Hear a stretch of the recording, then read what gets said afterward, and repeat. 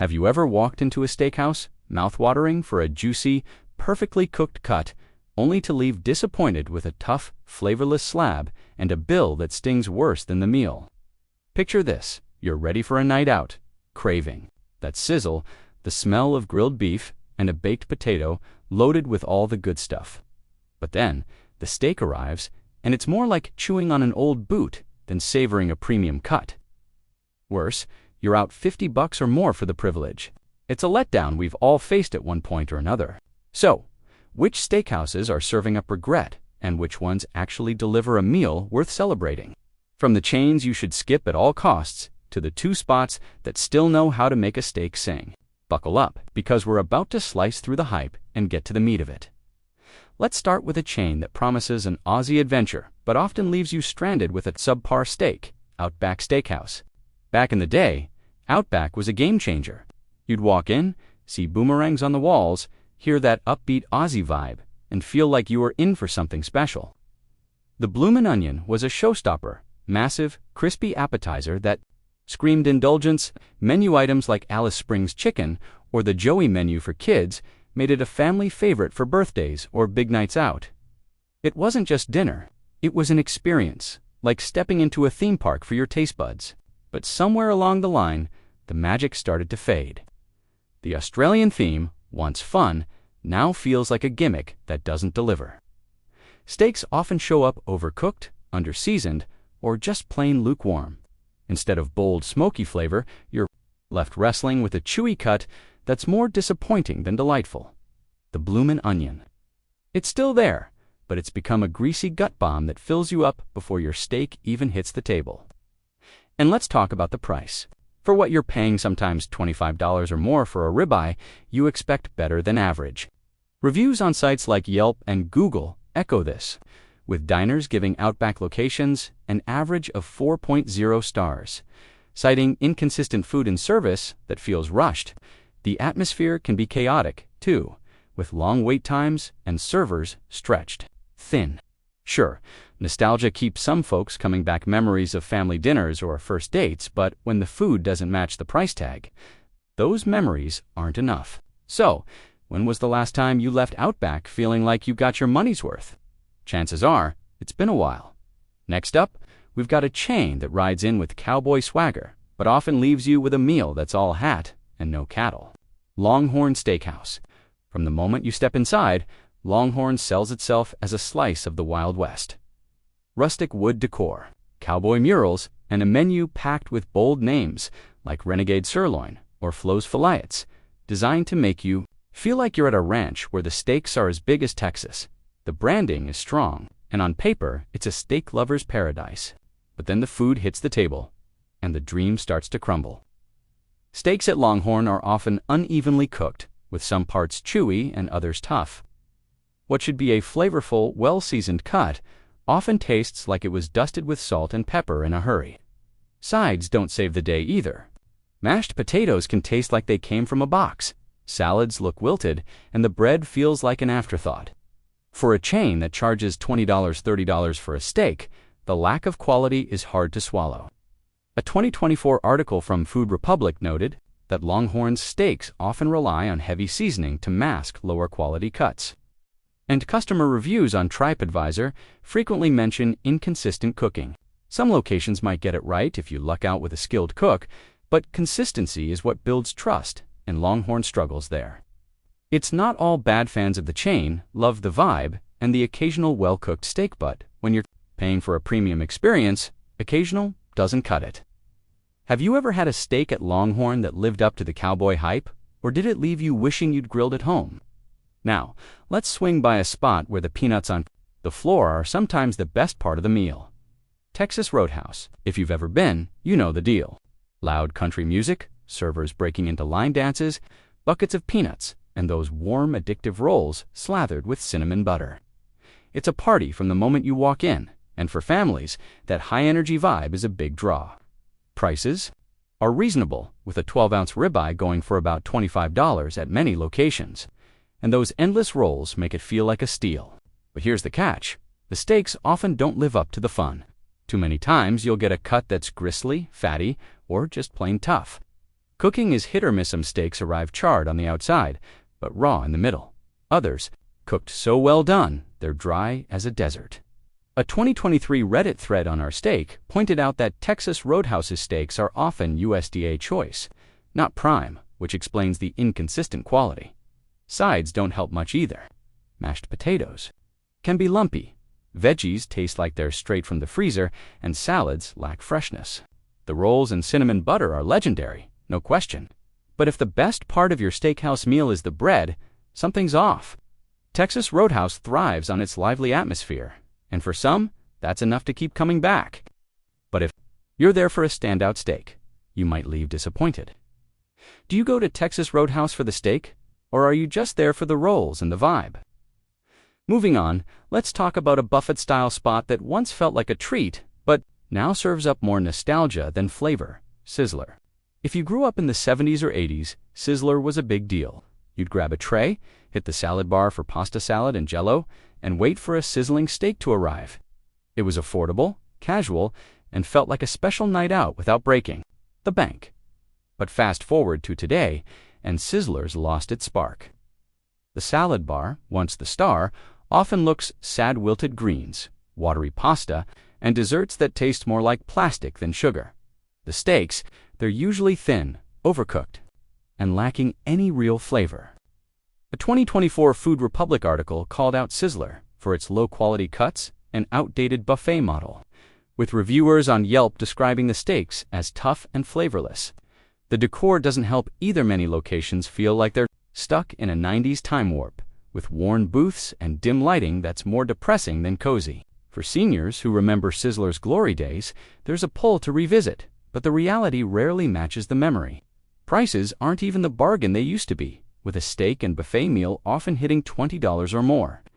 In a world full of fresh, modern dining options, Sizzler feels like a relic.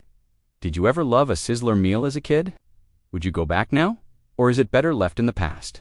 Next, we've got a chain that built its name on hearty, reliable steaks, but now feels like it's coasting on faded glory. Black Angus Steakhouse. Back in its prime, Black Angus was a go-to for families and date nights. Wooden booths, rustic vibes, and a menu promising aged steaks cooked just right. It felt like a treat you could count on. A juicy ribeye or filet mignon was something to look forward to, but over time, the quality took a hit. Steaks now often arrive unevenly cooked, chewy, or just plain bland. A 2025 article from chefstandards.com noted that Black Angus's steaks lack the tenderness and seasoning they once had, and customer reviews on Google, averaging around 4.2 stars, frequently mention inconsistent food and service. Sides aren't much better: baked potatoes that taste reheated, veggies that lack flavor, and bread that's more filler than delight. The atmosphere, once warm and inviting, now feels dated, with interiors that haven't kept up with modern dining trends. Service can be spotty too, with long waits and staff who seem stretched thin. Black Angus still has loyal fans, especially those who remember its better days. But for the price, often $30 or more, for a steak hits hard to justify when other options deliver more. Do you think Black Angus is still worth a visit, or has it lost the magic that made it special? Let's keep going with another buffet-style chain that promises variety but often delivers disappointment: Western Sizzling. When Western Sizzling first hit the scene, it stood out for offering choice steaks at budget-friendly prices. Paired with a buffet of sides and desserts, it was a place where families could load up their plates without emptying their wallets. But over time, that promise of choice started to feel like a baton switch. The steaks are inconsistent, sometimes tender, sometimes stringy, and often underseasoned. A 2023 Reddit post on Our Unpopular Opinion called out Western Sizzling for its low-quality cuts, and reviewers on TripAdvisor frequently mention steaks that taste reheated or lack flavor. The buffet doesn't help much either, as veggies sit too long, pasta salads are bland, and desserts feel like they came from a factory. Prices have crept up too, with a steak and buffet meal often costing $20, $25, which isn't the deal it used to be. The atmosphere feels stuck in the past, with dated decor that doesn't inspire confidence. For older diners, there's some Nostalgia tied to Western sizzling's family-friendly vibe. But for anyone expecting a standout steak, it's a tough sell. Have you ever left Western Sizzling feeling like you got a great meal? Or was it just a cheap fill-up? Now, let's talk about a chain that leans hard on nostalgia but struggles to deliver on flavor. Bonanza Steakhouse. If you grew up in the 70s or 80s, Bonanza might bring back memories of piling plates high at the buffet and digging into a budget-friendly steak. It was a family spot where eating out felt like a treat without a big price tag. But today, Bonanza's a shadow of its former self. The steaks are often thin, tough, and lacking any real flavor, even when smothered in sauce. A 2024 Food Republic article highlighted Bonanza's decline. With reviewers on Yelp calling the steaks chewy and the buffet uninspired, the buffet itself feels like a cafeteria, with lukewarm sides and desserts that tastes meh. The decor hasn't aged well either. Think worn-out booths and a vibe that's more dated than charming. For seniors who remember Bonanza's heyday, there's a pull to revisit, but the experience rarely lives up to the memory. Prices aren't even that cheap anymore, with meals often hitting $20 or more. In a world with so many better options, Bonanza's clinging to nostalgia alone. Do you have fond memories of Bonanza, or has it lost its place in today's steakhouse scene? Sliding into the mix is a chain that once felt like a cozy night out, but now feels like a relic: Steak and Ale. Back in the 70s and 80s, Steak and Ale was a step above fast food, with dark wood interiors, candlelit tables, and a menu that promised hearty steaks at reasonable prices. It had a medieval vibe that made dining out feel special, especially for families or young couples. But as time went on, Steak and Ale failed to keep up. The menu grew stale, the steaks lost their quality, and the once cozy atmosphere started feeling dark and outdated. A 2025 ChefStandards.com review noted that Steak and Ale's attempts at revival haven't recaptured its former glory, with steaks often described as bland or overcooked. Customer reviews on Google, averaging around 4.0 stars, mention inconsistent service and food that doesn't justify the price. For a chain that once felt like a treat, it's now a gamble that rarely pays off. Some folks still root for a comeback, but with so many modern steakhouse options, Steak and Ale feels like it belongs in the past. Would you give a revived steak and ale a chance, or is it better left as a memory? Next, we've got a buffet chain that promises endless options, but delivers steaks that are more regret than reward: Golden Corral. For many, Golden Corral is about abundant piles of fried chicken, mashed potatoes, and a salad bar with everything from lettuce to pudding. The steak station, where you watch your cut hit the grill, sounds like a dream. But in reality, the steaks are often thin, overcooked, and underseasoned. A 2024 Takeout article pointed out that Golden Corral steaks are low-quality cuts, with reviewers on Yelp describing them as gray and chewy. Even if you ask for medium rare, you're just as likely to get something well done and dry. The buffet doesn't save the day. Either sides like mac and cheese or rolls might be passable, but they're not enough to make up for a lackluster steak. For families on a budget, the Olu can eat price around $15, $20 can still be appealing. But when it comes to steak, quantity doesn't equal quality. Seniors might feel a pull for the familiar buffet experience, but the steaks rarely deliver. Do you ever hit the steak station at Golden Corral, or do you stick to the fried chicken and rolls? Rounding out our list of steakhouses to avoid is a chain that markets itself as a neighborhood gem, but often falls flat: Charlie Brown's Steakhouse. Charlie Brown's pitched itself as a cozy local spot with warm booths, a salad bar, and steaks that balanced quality and affordability. It was a place for birthdays, work dinners, or casual nights out. But the reality today is far from that promise. Steaks are often overcooked or underseasoned, and the salad bar feels like a grocery store. Afterthought, a 2023 Reddit thread on Our Steak noted that Charlie Brown's struggles with consistency, and Google reviews, averaging 4.1 stars, mention dated interiors and spotty service. For the price, often $25 or more for a steak, you expect more than just okay. The atmosphere, once homey, now feels tired, with decor that hasn't been updated in years. Some loyal customers still show up for the familiarity, but for steak lovers, Charlie Brown's rarely delivers the goods. Is Charlie Brown's a hidden gem in your town, or has it lost its charm?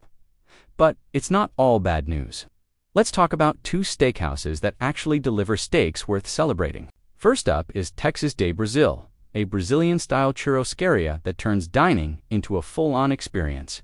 Instead of a standard menu, servers roam the room with skewers of freshly grilled meat sirloin, lamb, bacon-wrapped chicken, and more slicing them right onto your plate. You control the pace with a little card that signals when you're ready for more or need a break. The salad bar is packed with fresh options, from greens to cheeses, and the sides, like garlic mashed potatoes, actually complement the meal. A 2024 Food Republic article praised Texas de Brazil for its high-quality cuts, with Google reviews averaging 4.5 stars across locations. The best part? Lunch prices make it surprisingly affordable, often $30, $40 per person for endless meat, compared to $50 or more for a single steak at other chains. The quality stays consistent, with juicy, well-seasoned cuts that outshine the avoid-a-talkist spots. For seniors who love a lively, event-like dining experience, Texas de Brazil feels like a throwback to when eating out was special. It's not cheap, but the value is there. Would you rather spend $40 on a single mediocre steak or go all in for endless cuts at Texas de Brazil's lunch? Finally, we've got a chain that keeps things simple, affordable, and delicious. Logan's Roadhouse. Logan's doesn't pretend to be fancy, and that's what makes it great. You walk in, toss peanut shells on the floor, grab a basket of warm rolls with honey butter, and settle into a booth that feels like a neighborhood hangout. The menu is straightforward steaks, ribs, burgers, and hearty sides. A 2025 ChefStandards.com review highlighted Logan's for its reliable, juicy steaks, with cuts like the ribeye or sirloin, often priced at $20, $25. They're tender, well-seasoned, and deliver more flavor than you'd expect for the price. Sides like baked potatoes and green beans hold their own, and the atmosphere is relaxed without feeling rushed. Google reviews average 4.4 stars, with diners praising the value and consistency. It's not perfect. Service can vary by location. Compared to the overpriced, underwhelming chains we've covered, Logan's feels like it respects your wallet. For seniors, it's got that nostalgic, old-school steakhouse vibe without the inflated prices. Do you think Logan's deserves more? Love for keeping steaks affordable and tasty. So, there you have it, a rundown of the steakhouses you should probably skip, and the two that actually deliver a steak worth your money. From Outback's gimmicky vibes to Golden Corral's lackluster cuts. Too many chains lean on nostalgia or atmosphere to mask mediocre food.